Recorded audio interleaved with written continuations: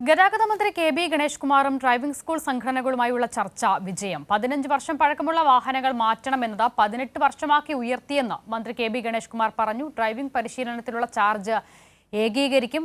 പഴയതുപോലെ നടത്തുമെന്നും മന്ത്രി പറഞ്ഞു. ചർച്ചയുടെ അടിസ്ഥാനത്തിൽ ഡ്രൈവിംഗ് സ്കൂൾ സംഘടനകൾ സമരം അവസാനിപ്പിച്ചിട്ടുണ്ട്. വിജിൻ വായാന്തോട് തയ്യാറാക്കിയ റിപ്പോർട്ടിലേക്ക്.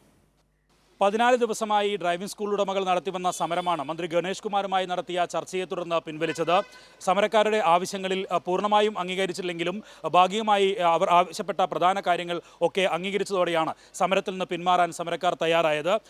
മന്ത്രി ഗണേഷ് കുമാർ വ്യക്തമാക്കിയത് ഈ 15 വർഷം എന്ന വാഹനങ്ങളുടെ കാലപരിധി മാറ്റി അത് 18 വർഷമായി ഉയർത്തും. ഒപ്പം തന്നെ ഡബിൾ ക്ലച്ച് ബ്രേക്കുകളും ഉള്ള സംവിധാനം നിലവിൽ മറ്റൊരു സ്ഥലത്തും ഇത്തരത്തിൽ ഡ്രൈവിംഗ് ടെസ്റ്റ് നടത്താനായി ഉപയോഗിക്കുന്നില്ലെങ്കിലും തൽക്കാലം അത് തുടരാൻ തീരുമാനിച്ചു. ഒരു MVD 40 വെച്ച് ഒരു കേന്ദ്രത്തിൽ 2 MVDമാർ 80 ടെസ്റ്റ് നടത്താനുള്ള തീരുമാനവും എടുത്തിട്ടുണ്ട്. നേരത്തെ 30 ആയിരുന്നു. അത് പിന്നീട് സമരത്തെ തുടർന്ന് 40 ഉയർത്തിയിരുന്നു. ആ തീരുമാനം ഇപ്പോൾ പൂർണ്ണമായും നടപ്പിലാക്കാനാണ് തീരുമാനം. ഇനി മുതൽ 80 ടെസ്റ്റുകൾ ഒരു കേന്ദ്രത്തിൽ നടപ്പാക്കുകയും ചെയ്യും. എന്തായാലും നിലവിലെ പരിഷ്കാരങ്ങളിൽ ചില മാറ്റങ്ങൾ വരുത്താനാണ് തീരുമാനം. സർക്കുലർ പിൻവലിക്കില്ല എന്ന കാര്യവും മന്ത്രി വ്യക്തമാക്കി.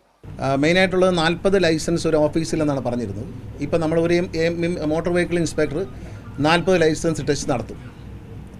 അപ്പോൾ 2 മോട്ടോർ വെഹിക്കിൾ ഇൻസ്പെക്ടറുള്ളടത്ത് 80 ലൈസൻസസ് നടക്കും. പിന്നെ അതോടൊപ്പം തന്നെ ഈ ക്ലച്ച് 2 വശത്തും ക്ലച്ചും ബ്രേക്കും ഉള്ള വണ്ടി ലോകത്തെവിടെയും ടെസ്റ്റിന് ഉപയോഗിക്കാറില്ല. തൽക്കാലം അത് ഒരു സ്വന്തമായ ഒരു വാഹനത്തിലേക്ക് സർക്കാർ എത്തുകയോ അല്ലെങ്കിൽ വാടകയ്ക്ക് എടുക്കുന്ന ഒരു സംവിധാനത്തിലേക്ക് വരുന്നവരെ ഈ ക്ലച്ചും ബ്രേക്കും ഉള്ള വണ്ടി തന്നെ ടെസ്റ്റിന് ഉപയോഗിക്കാവുന്നതാണ്. 15 വർഷമാണ് വണ്ടിക്ക് പറഞ്ഞിരുന്നത്.